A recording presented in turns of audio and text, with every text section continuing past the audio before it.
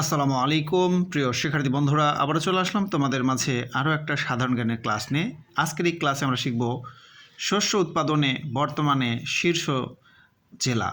যাই হোক, কোন জেলা কোন শস্য উৎপাদনে শীর্ষ বা সেরা তা আমরা জানবো এই ভিডিও থেকে। চলে আছি মূল পড়ায়।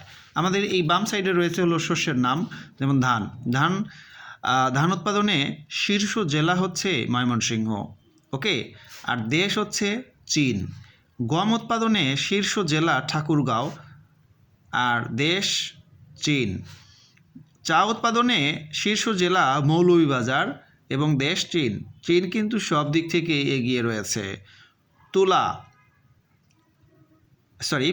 পাট উৎপাদনে শীর্ষ জেলা হচ্ছে ফরিদপুর এবং দেশ হচ্ছে ভারত। তুলা উৎপাদনে শীর্ষ জেলা ঝিনাইদহ আর দেশ চীন। মাছ উৎপাদনে শীর্ষ জেলা ময়মনসিংহ, দেশ চীন। আলু উৎপাদনে শীর্ষ জেলা বগুড়া এবং দেশ চীন। ভুট্টা উৎপাদনে শীর্ষ জেলা রংপুর, দেশ যুক্তরাষ্ট্র।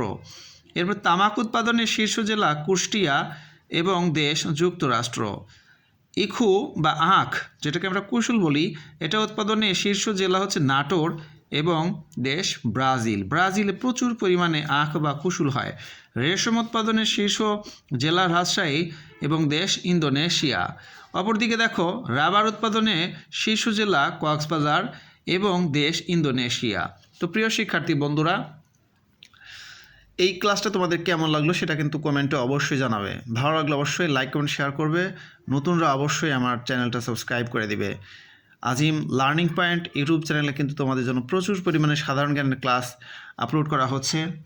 তো অবশ্যই চ্যানেলটা সাবস্ক্রাইব করে রেখো। সবাই ভালো থাকো, সুস্থ থাকো। আল্লাহ হাফেজ।